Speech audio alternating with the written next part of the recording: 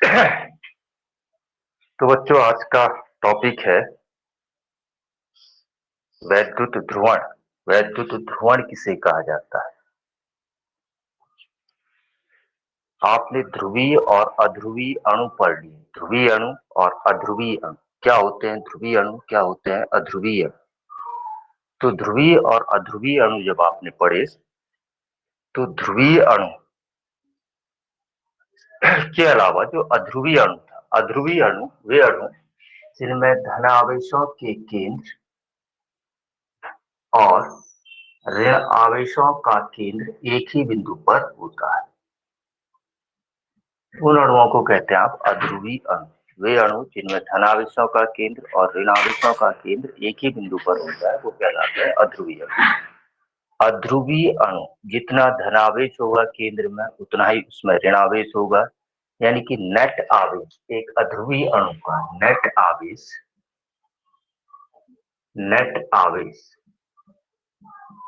शून्य और नेट आघूर्ण द्विध्रुव आघूर्ण वो भी कितना होता है? शून्य, क्योंकि दोनों आवेशों के बीच की दूरी 2l बराबर ली जाती है 0। दोनों आवेशों के बीच की दूरी 2l बराबर 0 ही, इसलिए उसका द्विध्रुव आघूर्ण भी कितना लिया आपने? 0 लिया। किंतु जब आप क्या करते हैं, एक वैद्युत क्षेत्र इस पर आरोपित करते हैं। वैद्युत क्षेत्र मीन्स एक जगह पूरा धनावेशित प्लेट, एक जगह पूरी ऋणावेशित। जब ऐसा वैद्युत क्षेत्र आप आरोपित करते हैं तो वैद्युत क्षेत्र आरोपित करने पर होता क्या है? धन आवेशों का केंद्र थोड़ा सा चला जाता है वैद्युत क्षेत्र की दिशा में, और ऋण आवेशों का केंद्र थोड़ा सा विस्थापित हो जाता है वैद्युत क्षेत्र की विपरीत दिशा। यानी कि ये अणु कुछ ऐसा हो जाता है। धन आवेशों का केंद्र चला गया थोड़ा सा वैद्युत क्षेत्र की दिशा में, ऋण आवेशों का केंद्र चला गया किसकी दिशा में? वैद्युत क्षेत्र की थोड़ा सा विपरीत दिशा में। यानी कि अब इन आवेशित कणों के बीच जो दूरी है उसका मान शून्य नहीं रहा।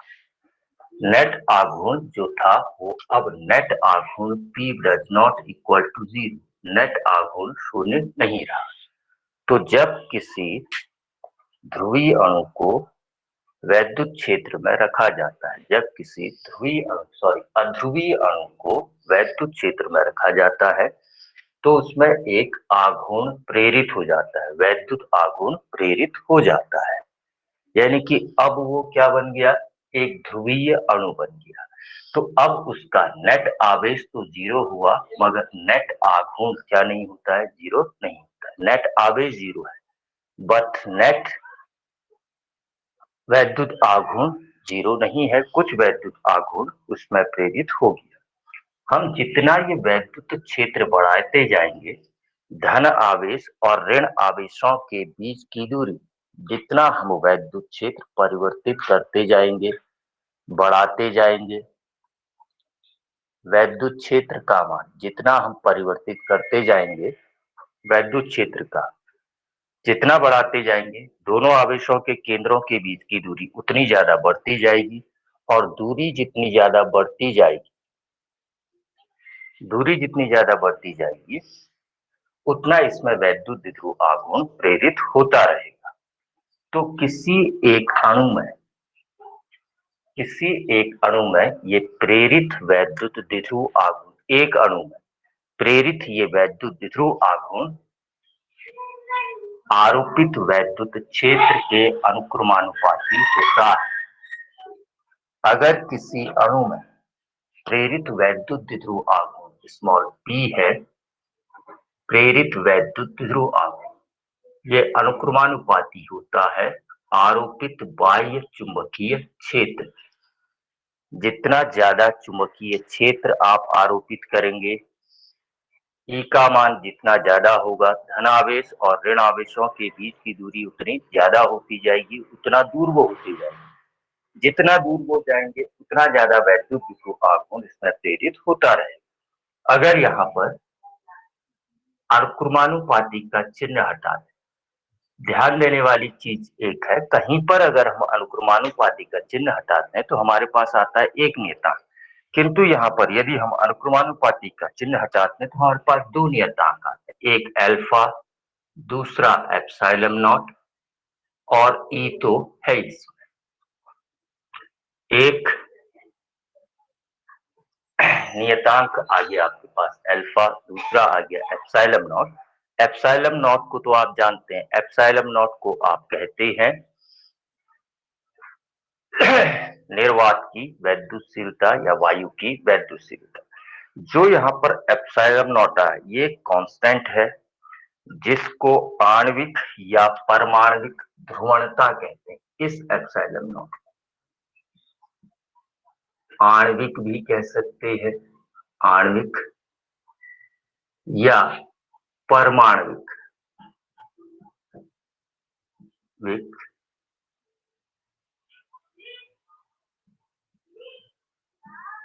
ध्रुवणता कहलाया जाता है।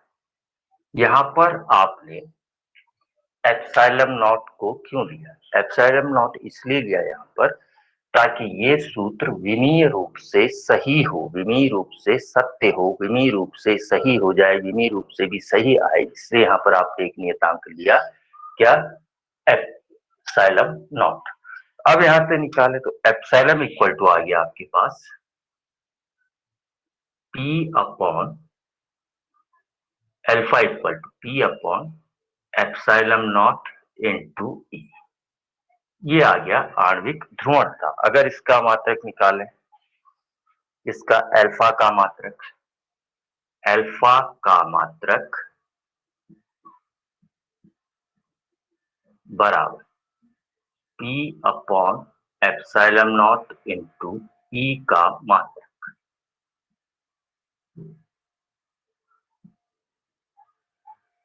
E का मात्रक आपको मालूम है कूलाम मीटर होता है, मीटर। एप्सिलॉन नॉट जो निर्वात की वैद्युतशीलता होता है उसका होता है कूलाम स्क्वायर,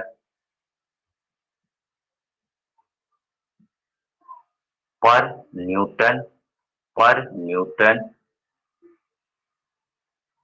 मीटर स्क्वायर, और ई का जो होता है न्यूटन पर कूलम, न्यूटन, न्यूटन प्रति कूलम, यानी कि -1। तो यहां से सॉल्व करो, न्यूटन प्रति कूलम।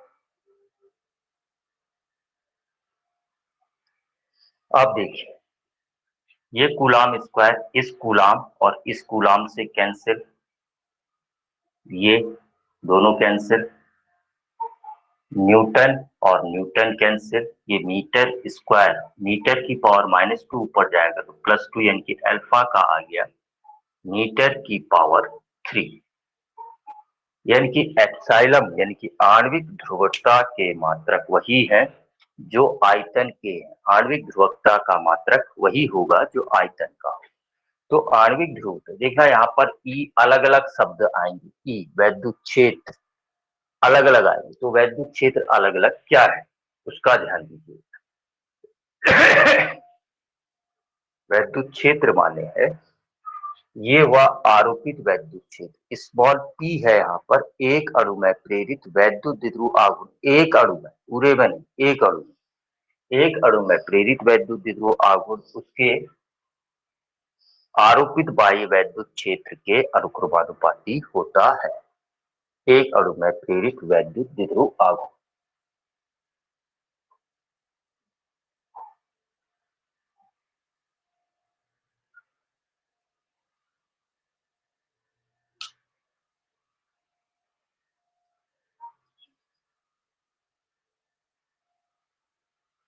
ये तो था बच्चों एक अणु में प्रेरित वैद्युत द्विध्रुव आघूर्ण।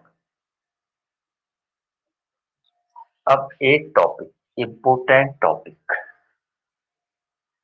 जो कुछ बुक्स में नहीं दिया है, ये कुछ दूसरी बुक है जिसमें वो है, कंपटीशन के लिहाज से बहुत इंपोर्टेंट टॉपिक है। कंपटीशन के लिहाज से बहुत इंपॉर्टेंट टॉपिक, परावैद्युत। तो कंपटीशन के लिहाज से ही देखना इसको। हम पढ़ेंगे परावैद्युत।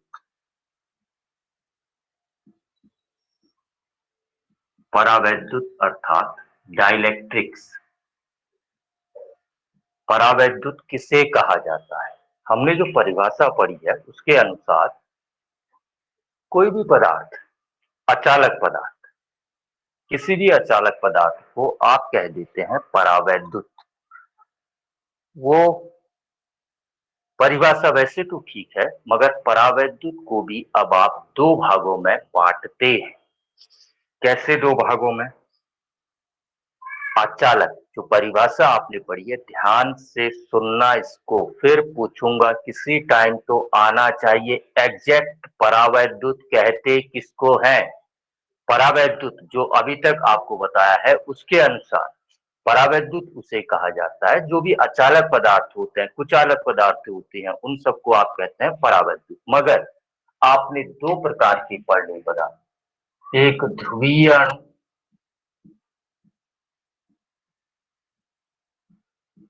और दूसरा अध्रुवीय अणु।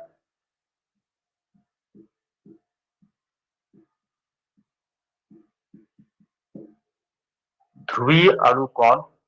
जब बाह्य वैद्युत क्षेत्र नहीं लगाया गया है, कोई बाह्य वैद्युत क्षेत्र आरोपित नहीं किया गया है, उस स्थिति में ध्रुवीय अणुओं में क्या होता है? धन आवेशों का केंद्र और ऋण आवेशों का केंद्र परस्पर संपाती नहीं होते हैं।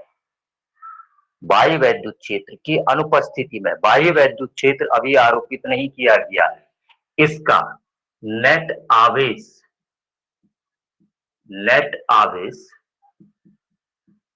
तो 0 हुआ, मगर नेट आघूर्ण, वैद्युत द्विध्रुव आघूर्ण, नेट आघूर्ण जिसको P से दिखाते हैं आप, Q इंटू 2L होता है, उसका मान 0 नहीं होता है। यानी कि बाह्य वैद्युत क्षेत्र की अनुपस्थिति में भी ध्रुवीय अणु के पास अपना क्या रहता है? एक द्विध्रुव आघूर्ण रहता है। बाह्य वैद्युत क्षेत्र की अनुपस्थिति में, बाह्य वैद्युत क्षेत्र की अनुपस्थिति में भी ध्रुवीय अणुओं के पास अपना क्या रहता है? एक नेट आघूर्ण रहता है। अच्छा, अध्रुवीय अणु, अध्रुवीय अणु जिन पर धन आवेशों का केंद्र और ऋण आवेशों का केंद्र संपाती होते हैं, परस्पर एक ही बिंदु पर होते हैं, उनको आप कहते हैं अध्रुवीय अणु। अध्रुवीय अणुओं का नेट आवेश तो 0 होता है, नेट आवेश बराबर 0, और क्योंकि यहाँ पर 2L का मान 0 है, दोनों आवेशों के केंद्र के बीच की दूरी, ध्यान देना, धनावेश और ऋण आवेशों के केंद्र के बीच की दूरी यहाँ पर 0 है, इसलिए इसका नेट आघूर्ण भी 0 होता है। आघूर्ण P बराबर भी 0 आता है। इसके लिए अब जब वैद्युत क्षेत्र लगाया जाता है, जब वैद्युत क्षेत्र लगाते हैं तो ये ध्रुवीय अणु तो सब घूम के हो जाते हैं, इनका वैद्युत ध्रुव आघूर्ण पर एक बल आघूर्ण लगता है, तो ये ध्रुवीय अणु तो कहाँ की दिशा में हो जाते हैं? बाह्य वैद्युत क्षेत्र की दिशा में। इनमें कहीं से कोई वैद्युत द्विध्रुव आघूर्ण प्रेरित नहीं हो रहा है। ध्रुवीय अणुओं में जब वैद्युत क्षेत्र में रखा जाता है तो बल आघूर्ण लगता है और वो वैद्युत क्षेत्र की दिशा में संरेखित हो जाते हैं, घूम जाते हैं। किंतु जब अध्रुवीय अणुओं को वैद्युत क्षेत्र में रखा जाएगा, एक वैद्युत क्षेत्र लगा, इधर प्लस पूरा, इधर माइनस पूरा, तो इसके धन और ऋण आवेशों के केंद्र पर एक बल काम करता है। धन आवेश पर बल काम करेगा वैद्युत क्षेत्र की दिशा में, ऋण आवेश पर बल काम करेगा वैद्युत क्षेत्र की विपरीत दिशा। धन आवेश पर काम करता है वैद्युत क्षेत्र की दिशा में और ऋण आवेश पर काम करता है वैद्युत क्षेत्र की विपरीत दिशा में। जिससे धन आवेशों का केंद्र थोड़ा सा विस्थापित हो जाएगा वैद्युत क्षेत्र की दिशा में, और ऋण आवेशों का केंद्र विस्थापित हो जाएगा थोड़ा सा वैद्युत क्षेत्र की विपरीत दिशा, जैसा यहाँ पर दिखाया गया। जब वैद्युत क्षेत्र लगाया तो धन आवेशों का केंद्र चला गया थोड़ा सा वैद्युत क्षेत्र की दिशा में, ये धनावेशों का केंद्र आ गया यहाँ पर, और ऋण आवेशों का केंद्र आ गया कहीं यहाँ पर। तो देखिए, पहले वैद्युत क्षेत्र की अनुपस्थिति में धन आवेश और ऋण आवेशों के केंद्र एक ही बिंदु पर थे, यानी कि 2L का मान 0 होने के कारण इसका वैद्युत द्विध्रुव आघूर्ण 0 आ रहा था। मगर जब वैद्युत क्षेत्र में रखा तो धन आवेश और ऋण आवेशों के केंद्र पृथक हो गए, थोड़ा थोड़ा दूर हो गए, जिसके कारण अब इसका वैद्युत द्विध्रुव आघूर्ण P बराबर Q into 2L does not equal to 0। P बराबर Q इंटू 2L अब किसके बराबर नहीं हुआ, 0 के बराबर नहीं हुआ। तो हम ये कहते हैं जब अध्रुवीय परमाणु को वैद्युत क्षेत्र में रखा जाता है, अध्रुवीय परमाणु को वैद्युत क्षेत्र में रखा जाता है, तो उसमें कुछ वैद्युत द्विध्रुव आघूर्ण प्रेरित हो जाता है। पहले कुछ नहीं था, अब वैद्युत क्षेत्र में रखे जाने पर उस पर कुछ वैद्युत द्विध्रुव आघूर्ण प्रेरित हो गया, उत्पन्न हो गया। तो इन पदार्थों को आप कहते हैं परावैद्युत। अध्रुवीय अचालक पदार्थ, अचालक पदार्थ में भी वो वाले दो प्रकार के, एक ध्रुवीय और अध्रुवीय। ध्रुवीय को नहीं, अध्रुवीय वे पदार्थ जिनको बाह्य वैद्युत क्षेत्र में रखे जाने पर, वे पदार्थ जिनको बाह्य वैद्युत क्षेत्र में रखे जाने पर उनमें वैद्युत द्विध्रुव आघूर्ण प्रेरित हो जाता है, आ जाता है। धन आवेशों का केंद्र और ऋण आवेशों का केंद्र एक दूसरे से पृथक पृथक हो जाते हैं, अलग हो जाते हैं, उनको वास्तव में हम कहते हैं परावैद्युत। तो साइंस के स्टूडेंट हैं, इतना ध्यान होना चाहिए आपको, परावैद्युत वाकई में कहा किसे जाता है, बुक्स में कहीं पर भी लिखा होगा। कुचालक पदार्थों को परावैद्युत भी कहते हैं, अचालक पदार्थों को परावैद्युत भी कहते हैं, मगर एग्जैक्ट डेफिनेशन वो नहीं है। अचालक और कुचालक को फिर से दो भागों में बांटा गया, एक ध्रुवीय और एक अध्रुवीय। Polar dielectrics and non polar dielectrics. तो बेसिकली जो नॉन पोलर यानी कि अध्रुवीय होते हैं उनको आप कहते हैं क्या, परावैद्युत। अध्रुवीय में बाह्य वैद्युत क्षेत्र की अनुपस्थिति में जिसका वैद्युत द्विध्रुव आघूर्ण 0 होता है, मगर जब बाह्य वैद्युत क्षेत्र लगाया जाता है तो उनमें कुछ वैद्युत द्विध्रुव आघूर्ण प्रेरित हो जाता है। ऐसे पदार्थों को आप कहते हैं परावैद्युत।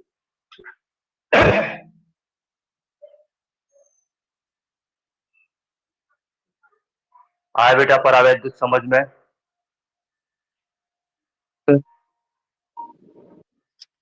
ये दो चीजें आई समझ में, ध्रुवीय अणु और अध्रुवीय अणु। जी सर। हाँ, उसके बाद वाकई में किसको कहते हैं परावैद्युत, ये आ रहा है समझ में? सर। तनुज बिष्ट आया समझ में? Yes sir. यस। कल फिर पूछूंगा इसको, फिर एक बात समझाऊंगा छोटा सा, तब तक आप देखिए यही, और इसी से रिलेटेड टॉपिक कल है, इसी से रिलेटेड, ठीक है। Polarization of a dielectric slab. Polarization of a dielectric slab का मीन्स एक किसका,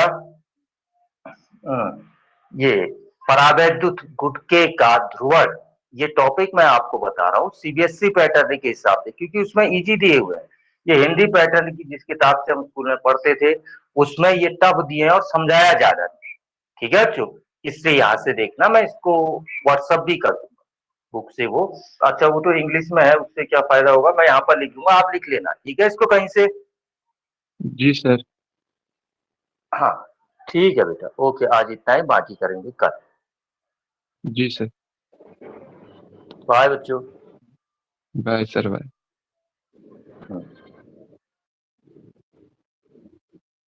और मेरा भाई भाई पढ़ाकू है वो।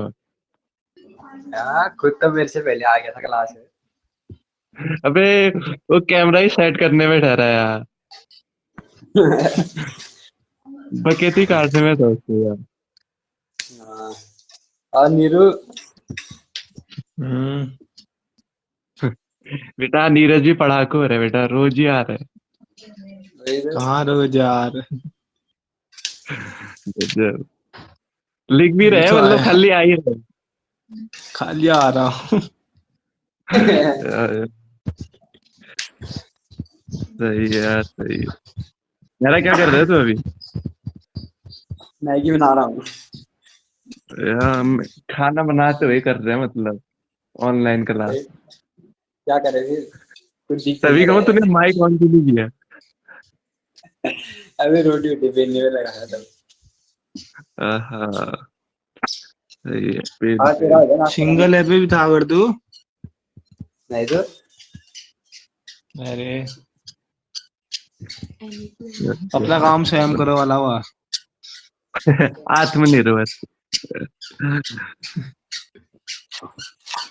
अरे नीरज तू क्या गाँव में यही है? मैं पिथागढ़ ही हुआ। वे किसकी है, चिड़िया की आ रही है बस। कोठे में है तो कोठे में। अबे क्या है बे, कई गंदी आवाज ही आ रही है। हम्म। कई गंदी आवाज ही आ रही है, कह रहा हूँ। अच्छा गांव में ही है तू नीरज? ना ना पिथागढ़ हुआ पिथागढ़। कब आया यार पिथौरागढ़? मैं तो कब का आ गया था, 2 महीने हो गए। क्यों यार, गांव में क्यों नहीं रहा? गाँव में मतलब रहा ना, तो भी रहा 1 महीना हो गया मतलब यहाँ आए हुए। अरे अकेला ही है तू? ना ना अकेला नहीं हूँ। अरे हो गया भी नाश्ता तेरा? ना ना नहीं हुआ यार, अभी करते हैं। अरे करो फिर करो यार। हाँ बस फिर ठीक है ब्रो। हाँ ठीक है।